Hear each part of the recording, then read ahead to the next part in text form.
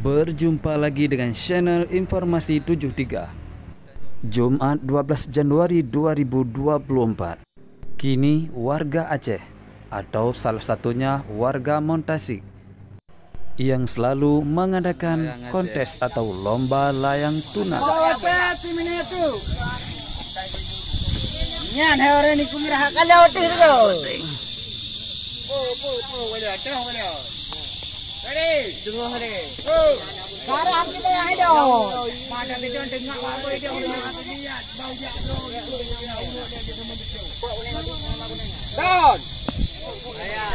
Ada apa dengan warga Aceh?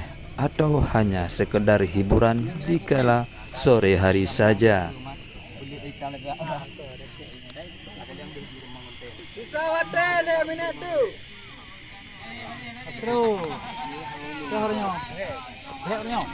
Menurut informasi yang kami dapatkan, warga Aceh bermain layang tunang bukan hanya di waktu tertentu saja, tapi di setiap harinya, kecuali ada warga yang musibah atau berhalangan.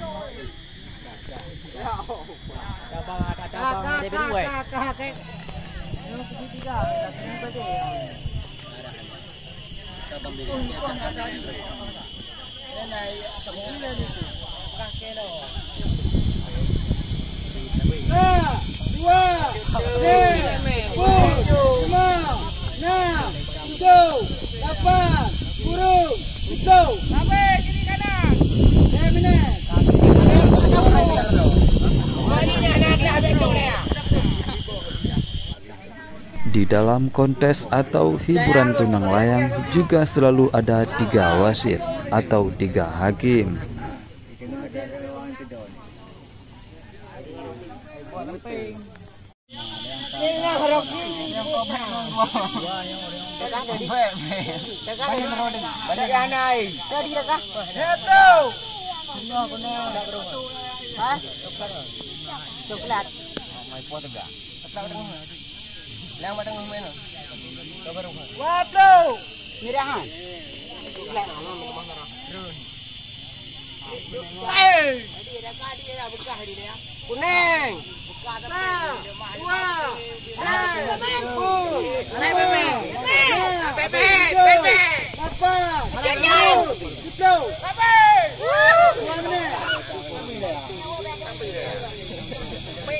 Dan inilah salah satu tradisi warga Aceh di kala musim panen padi tiba, di mana tradisi yang telah turun-temurun dari zaman hingga saat ini dan takkan pernah hilang.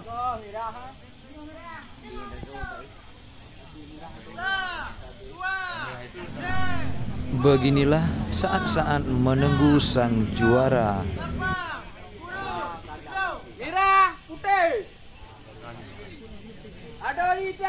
Sekian dulu informasi dari kami. Jangan lupa tekan tombol like, subscribe, dan lonceng. Terima kasih.